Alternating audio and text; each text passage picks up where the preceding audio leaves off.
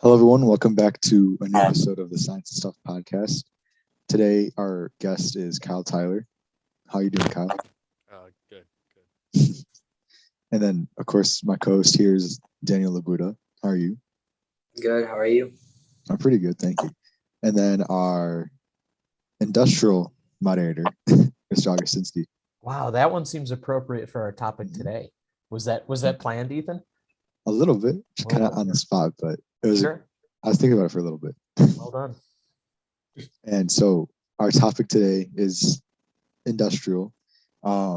It's advancements in railroad technology. And this is Kyle's idea. So do you want to start it off, Kyle? Like, what's the biggest thing that you're thinking about? All right. So I sent an article to everyone here, and we all read that. It's about maglev technology in trains. So there's a little bit of debate if it's even technically a train, but I would say it is. So basically, the principle is there's magnets in the track of the train and magnets in the actual train itself, and it basically guides them. The magnets guide them and propel them along the track, while keeping them separate from the ground, basically levitating them. Maglev stands for magnetic levitation. So it basically removes all of the friction forces, allowing them to travel at much higher speeds, and relative to other trains such as bullet trains. And there's already reduced air resistance with the maglev, or with trains in general, because you have a much longer body of the train, and there's usually a much narrower point. Just it's only so wide, and that's running against the air. Yeah. I was a little bit confused myself about bullet trains. I thought bullet trains were kind of already magnetized, or are they just regular trains that just go really fast?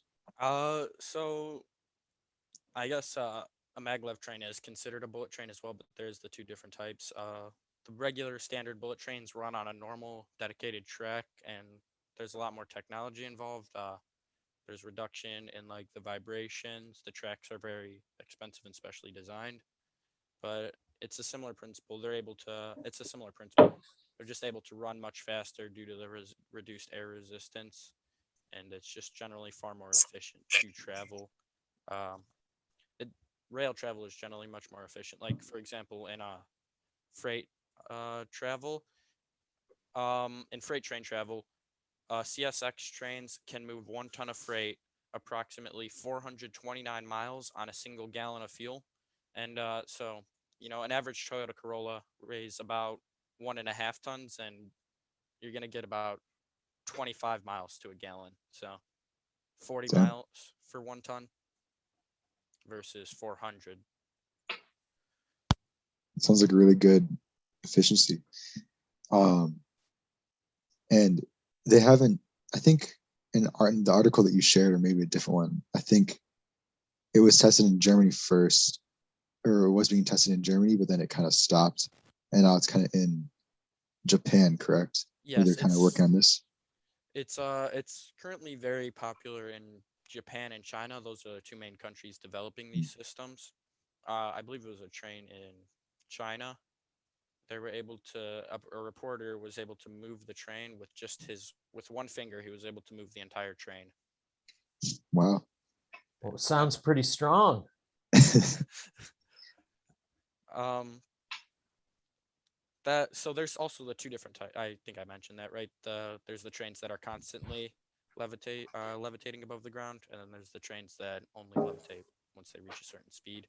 So Yeah, I think in the article it said that the German train constantly levitated about 1 or 3/4 of an inch, but then the train in Japan or China, once it reached, I think like 95 miles per hour, I it think, raised to, what was it, 3 or 4 inches? yeah, it was like 4 inches, which is like it's a pretty big height once you think about it, like this whole long train just levitating. Yeah, it is extremely impressive. My question for you guys would be, just in general, do you think this is a viable, like, should we still be investing in rail technology in general? Do you think it's viable in the future? Do you think we should continue with it, or is it Yeah, outdated?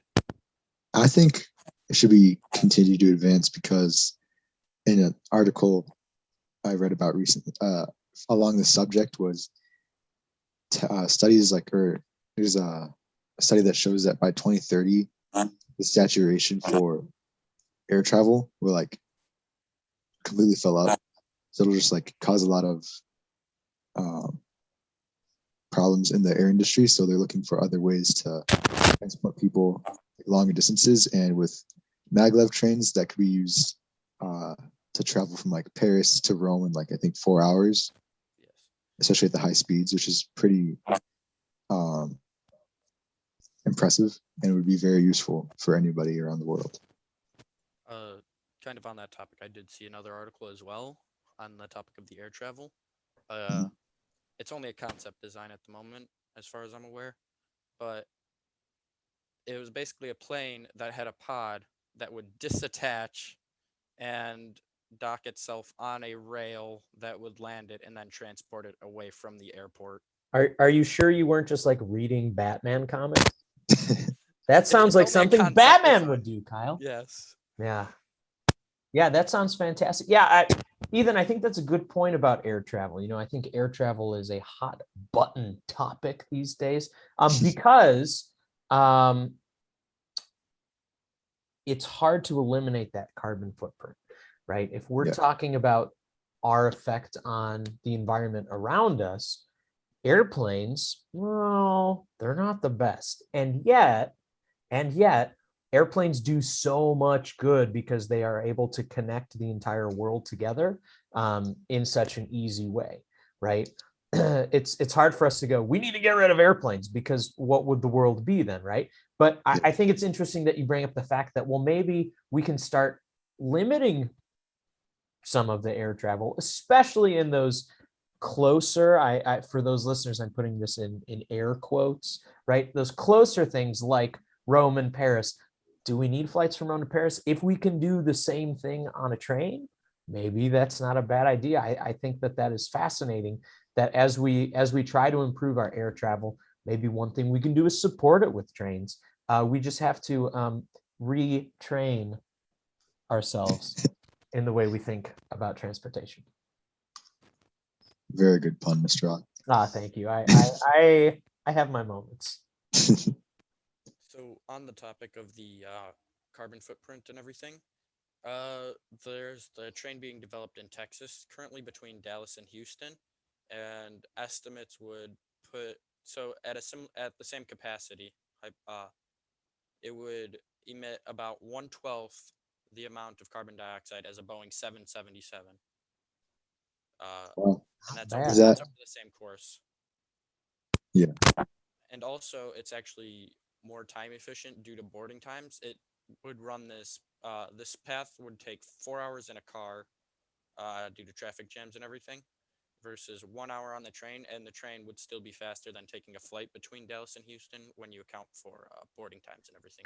This is a great point, because what is the worst part of traveling? It's when you have landed and they go, okay, we're here, and then you have to wait another 15 minutes for everybody to take their bags off in front of you, right? Exactly. Yeah. Yeah, that's a very good point. You're selling this well, Kyle. Kyle, I think this was sort of like a second part of your question, but I want to throw it out to the group again. So Maglev Trains, obviously Germany was mentioned and Japan was mentioned. Where are we, and where are our Maglev Trains? What are our thoughts on that, and whether we think that's a viable option for us in the near future? So, in my opinion, I don't think we're going to have I think we're quite a ways behind when it comes to rail technology in general, passenger-wise. But this sounds fantastic. I do agree. It's a fantastic idea. No. But I don't know if you've heard about the California track, the California high-speed rail. It's basically been a disaster them trying to build it. And that's kind of where we're at with regular bullet trains at the moment. And the maglev tracks, you all read the article, they're much more complex and difficult to build.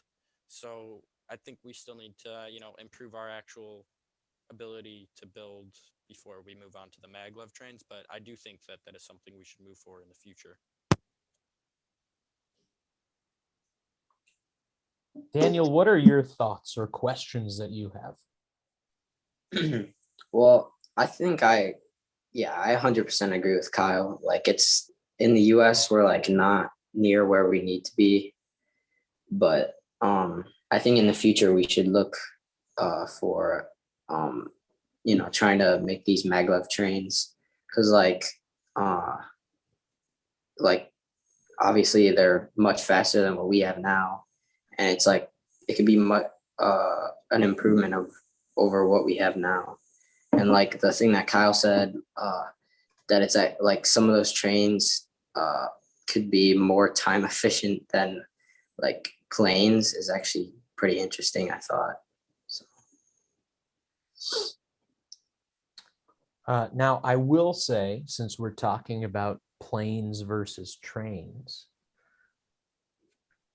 cost-wise, I think that's sort of another issue that we have not yet described. Although Kyle has mentioned the difficulty in implementing the California track, just a basic Google search, 737s are in the low $100 million range, right? I'm seeing 100 to like 130, whereas the Shanghai maglev, it looks like costs around $1.2 billion to build, and that thing is 20 miles long. Yeah, so the estimates run anywhere from, for maglev trains, anywhere from 1 to, I think the highest estimate was $75 million per mile Oh of the no. track being laid down. So yes, they are extremely expensive, the Yeah. maglev trains. So at the moment they're mostly shorter distance. They're the more traditional bullet trains for the most part at the moment, but Sure. the main point is, or the main, I guess, benefit to the initial cost would be it's 70% more efficient, cheap, like 70% more cost effective for each passenger. Like it costs 70% less to run a passenger from. So salesman Kyle here would really just have to sort of project that number out, right? And not just look at the initial cost, which is going to be some sticker shock, and that's immediately going to make people go, ooh, I don't know, right? Kyle would have to project it out and say, listen, if we include the lifespan of it, look at these savings, since that is what apparently is the huge difference. I mean, 70% is a lot. Yeah.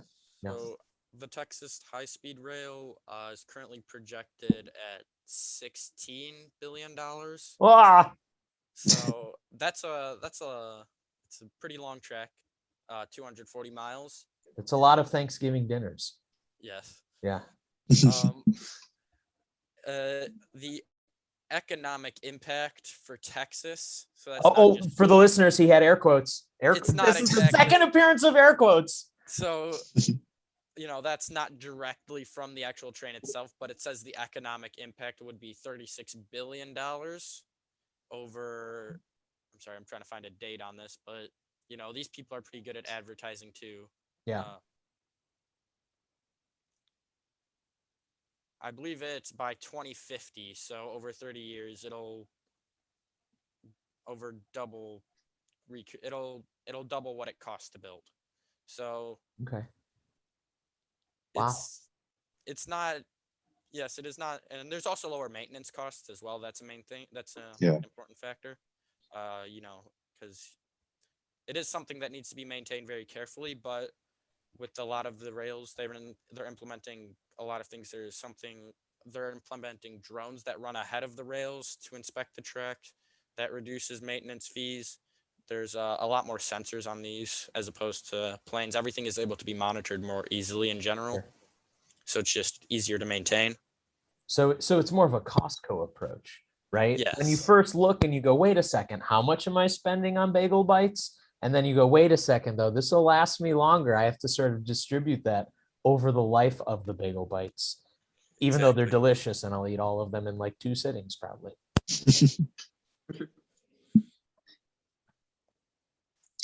So I was thinking we could talk about some other advancements that we might have found or come up with. Sure. And I know one that I thought was like really interesting was this thing called I think it's called the Straddle Bus. What it is, it's basically it's the same purpose as a subway. So it takes passengers, but the thing is, it goes like on the streets, and it goes over the cars. It's like really wide. It has like, I think it's, they said 6 meters, so it's about like 2 traffic like lanes. 2 meters. Yeah, but it's like, I think 2 meters is 6 meters tall, so it's big enough for like average size cars and vans to go under. And what it would do, it would save space, and I think it can hold up to 1,100 something passengers, which is like a really big amount. And the article or the video, it had a video too along with it. It said that I think a city in China was going to implement it in August or July. I think this was written in 2020, like early 2020. So I don't know if it happened yet. I can see. But yeah, I just thought it was like a really cool idea of this, like, it's like a bus kind of, but it's more of a train, and it just like goes over the cars. Yeah. And like it has things that they could see out of on the sides. The cars like kind of just driving through a tunnel. Yeah, I thought I'm that was going to jump in real quick here because I wish the listeners could have seen the look on my face. I think you guys did when Yeah. I Google image searched it, or just Googled Straddle Bus and saw what you were talking about, Ethan. This thing is wild, and I love it. Yeah. This idea is great. So if you're listening, again, I think technically it's called the Transit Elevated Bus. Look that up because you gotta see this thing. I mean, Ethan, you did a great job describing what it was, but can you imagine just like tons of these things running around on the street? Yeah. I just looked it up though. Sadly, it didn't work, and they're canceling it right now. Like a test track, Xinhuangdo, China, and they just started dismantling the straddling bus, which is over 1,000 feet long. Yeah.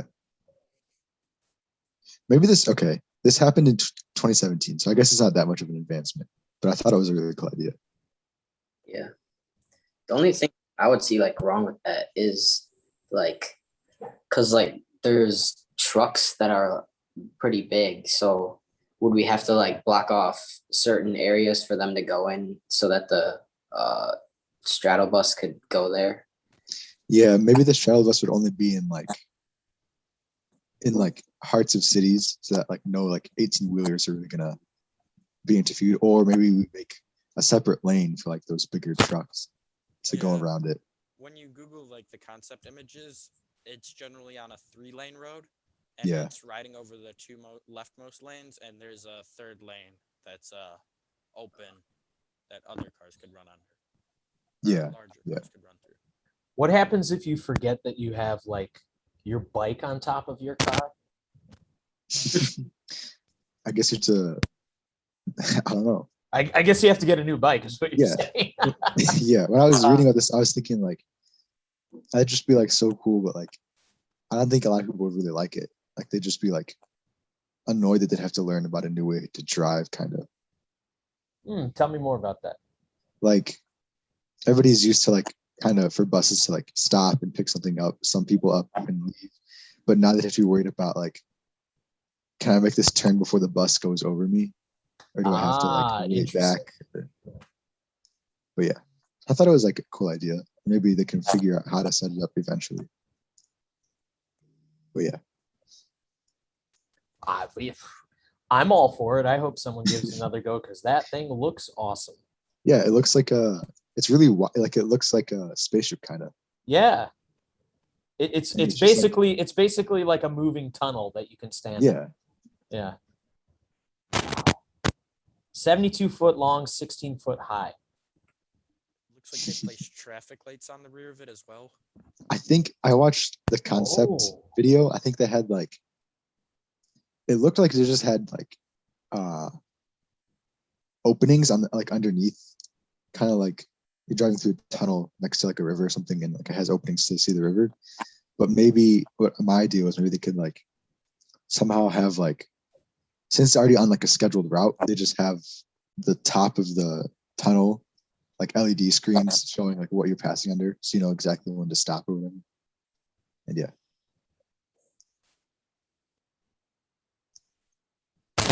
So another kind of concept art that I saw that I thought this was what you were saying when you said straddle bus. I thought you said straddle bus. Oh, So it's this, it's just a concept again, and it's something that is probably impossible to build. It's basically a bullet train that runs up a ramp, essentially, a rail ramp, all the way up into the stratosphere, and then a rocket is launched from there off of the track. yeah. Is it called the Star Tram or something? Yes, the Star Tram. Yeah, I think we found the same article then. Yeah, we can toss this over to Daniel really quickly because this is actually semi an idea that we talked about in engineering class when we were talking about flight, right? How can we sort of improve on air travel and sort of save save on fuel, and the tram sort of hones in on that. Daniel, do you remember sort of what that conversation was or what I'm talking about? Yeah, I don't remember specifically what Yeah. company was it. Virgin Galactic, or I don't remember. I think Virgin Galactic's the one that had the plane. Yeah, where you would that's take that's the what. rocket off of it. Yes. Yeah, they had this plane, and the rocket was like, I believe it was like under the wings, and they would fly up towards the stratosphere, and then the rocket would take off and go into space. Yeah. So, Right. So trying to launch from a higher altitude. So same idea here. It's just instead of shooting up with a rocket, it sounds kind of like what you're describing is basically just a giant L train. Yes. Yeah, like the Essentially. world's biggest L train. Let's, rather than build it up to like the third story in Chicago, let's build it up to the stratosphere around the world. Yeah, that was interesting too. Yeah. So Uh, I don't think that is something that could ever really exist for the foreseeable future. I don't think we would have any way to actually produce that. Anyone Yeah. have any ideas for how we could do it? Not for like a long time. It seems kind of like a Jetsons type thing that they would do. So maybe in like 100 years, maybe they'd probably start working on that. But yeah, it's a really cool idea. the cost, though. Yeah, that would be insane. It seems like something Elon Musk or Jeff Bezos would probably try. Daniel Yeah. bringing us down to earth again. Gosh. Quite literally. Yeah. Yeah. Daniel, did you have another like train advancement? Yeah, but first, okay. So it was actually the Virgin Orbit's Boeing 747 that carried the rocket.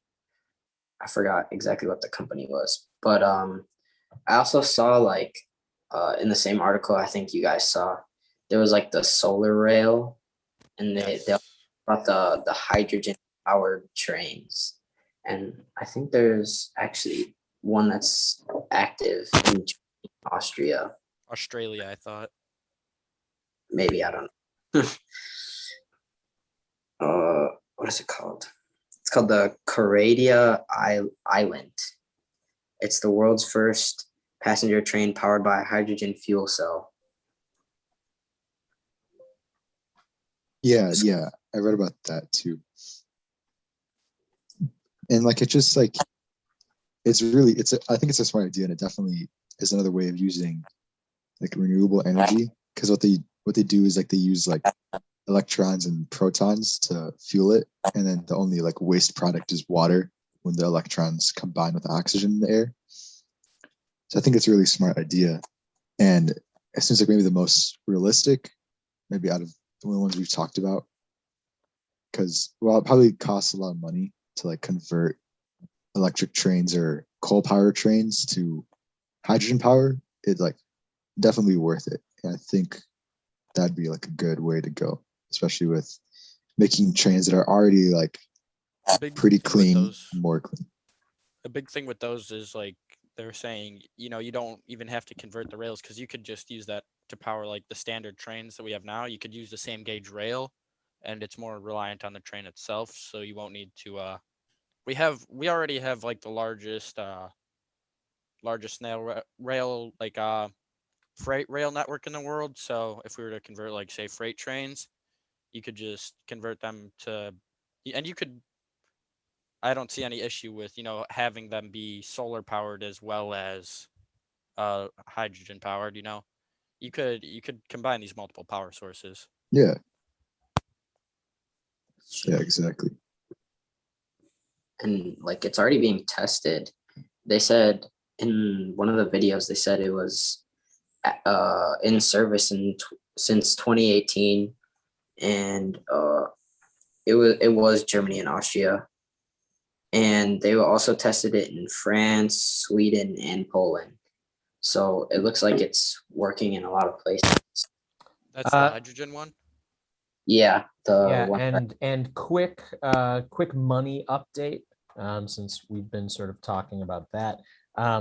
It looks like the Germany order there was an order in Germany for 27 trains, and I believe the total cost was 500 million euros. So doing a quick conversion and then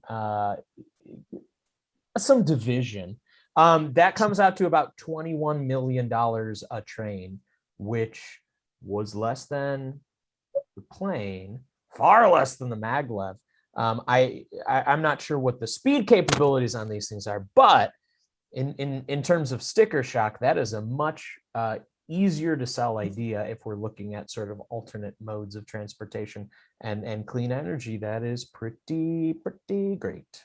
And then a standard diesel locomotive for like freight or standard passenger transport would cost anywhere from 500,000 to 2 million. But then you also have to factor in the actual fuel price. It's going to be the highest with the diesel locomotives. There you go. As opposed to the hydrogen or the solar. Yeah. Yeah. Are there any other like cool inventions or ideas from anybody? Again, they had the drones and the various things for the sensors. That's a big thing that they've been talking about. I saw a lot. Is actual technological like sensors and everything, detecting track damage, reducing delays, reducing like any, it's just improving the efficiency. They have these. There was one concept for a drone that went out and would actually repair the track itself for like minor damages. It would detect, I think, cracks in the track as wide as like 10 millimeters or something. Not track cracks. Track cracks attack. And then also the standard rule of thumb for basic railroad track, it's between 1 million and 2 million per mile to lay 1 mile of standard track. And as opposed to like a mile of roadway. Hold on, I knew this. I'll get right back to you with that. Yeah, sounds good. Some other like another advanced like a smaller one was like using biometric like scans and chips so that you don't have to use like a ticket, and it's like also just faster. Like you just show up and like kind of like scan your wrist, which is like, I don't remember exactly how they said they do it. I can see if the article says, but it's just like, it seems like cool, but like kind of weird that you'd have like this. They're kind of just microchipping you, and like they're probably not gonna use it. I'm not like being like a conspiracy theorist right now, but like it's just weird that you'd have your like your ticket with you at all times and you could just reload at any time. I think a quick fix on that would be just to say maybe not microchips, but something on your phone, because that's something that we are all comfortable with and we all have at all times. Yeah. So a 2-lane undivided road would cost 2 to 3 million per mile in a rural area, 3 to 5 million in urban areas. Yeah, so it would be cheaper to lay the track than it would be to construct a standard road. There you go. Yeah. All right. I just thought of a question actually. So we were talking about earlier about like trains like in the US. So what would you guys rather have in the US? Like, what direction would you rather our trains go? A Like, scientific would you rather? Oh, we haven't done these since last year. I'm ready. would you rather trains go with less emissions, or would you rather have like faster trains like the maglevs be developed more in the US? They work together. The maglevs are low But you have to- emission. Yeah, If you- Kyle, you have to pick. These are your two options. So you said either, so low emissions, would that be like the slower solar or hydrogen powered trains versus Yeah. the electric maglev ones or standard bullet trains? Yeah. I think, in my opinion, it would definitely at the moment be the standard bullet trains because they're already much lower in emissions. They'd reduce emissions quite a bit, but they're also able to replace the air travel, or not completely replace, but they're able to reduce air travel as well. They're able to compete in that market. Yeah, I think I think it would be good to have the faster trains, the maglev especially, but I think to start it would be best to have like maybe fuel efficient trains, like the hydrogen powered. I think that's like my favorite option because at least the way that I read about it, it seems that the things that I got from it, that the train moves as fast as like a regular train, but it's just like hydrogen powered. So maybe after maybe like 10 years of perfecting that technology in the US, they could then get maglev trains and then incorporate, like Kyle said, hydrogen power into that. But I think of the two right now, I'd choose the hydrogen powered or solar powered trains. Oh, we split the difference on this one. I guess oh boy. I think that I am going to side with Ethan. I Kyle, listen, I agree with you that I think these kind of go hand in hand, right? But for the spirit of the question, what would we like first? I actually think that the cell of zero emissions might be a better place to start, and then work towards the maglev. I think that I'm with you. I think replacing some air travel routes with a high speed train would be a great way to go. I think that's also just going to take some time to change people's minds on that. And so I would rather start with replacing the trains we do have and then working in some of those longer systems. I'm gonna switch my vote. I'm gonna agree with you guys because like we said earlier, you could just convert the tracks that we already have to run these trains, and it's, it seems like something that we could do much quicker. And again, Ethan said eventually maybe we could power the maglev trains with the hydrogen fuel if we focus on that. Wow, we changed his mind. Daniel, what are your I know you asked the question, but we got to have your thoughts too. Yeah. I was gonna say the same thing that Ethan said. I was You're a like, smart man. I was gonna say that like what Kyle talked about, how we could just take the rails that we have now and convert them to allow to use the hydrogen powered trains. And once we get like the idea of no emissions, like less emissions than we are already using, because trains are using a lot of fossil fuels, then we could like try to work to make maglev trains and like bullet trains, things like that. So Yeah.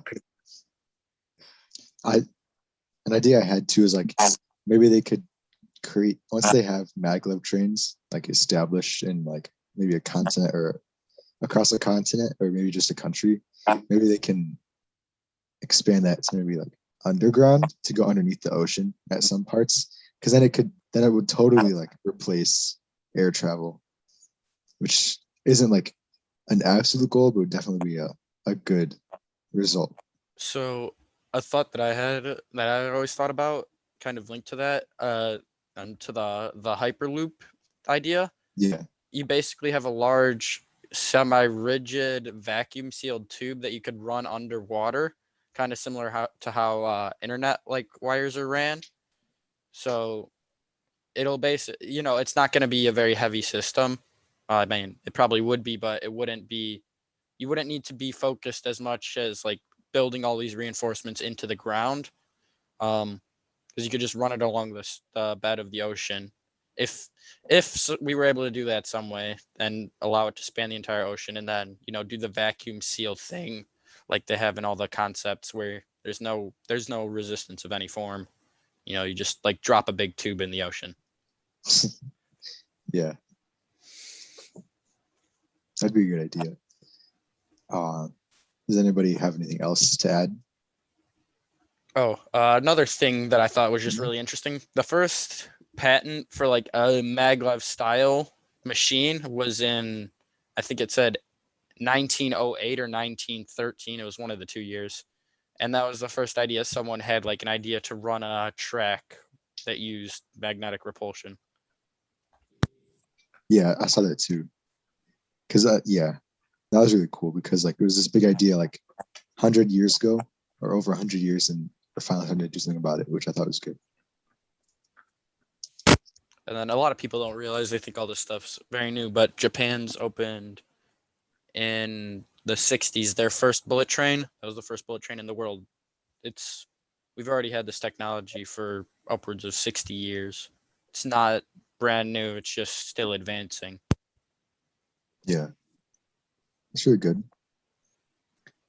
All right, I think that about wraps it up for this episode. Thank you everyone for listening, and this was the Science and Stuff podcast. And thank you, Kyle, for coming on and bringing this topic. Thank you for having me. Of course. See you guys. Thank you.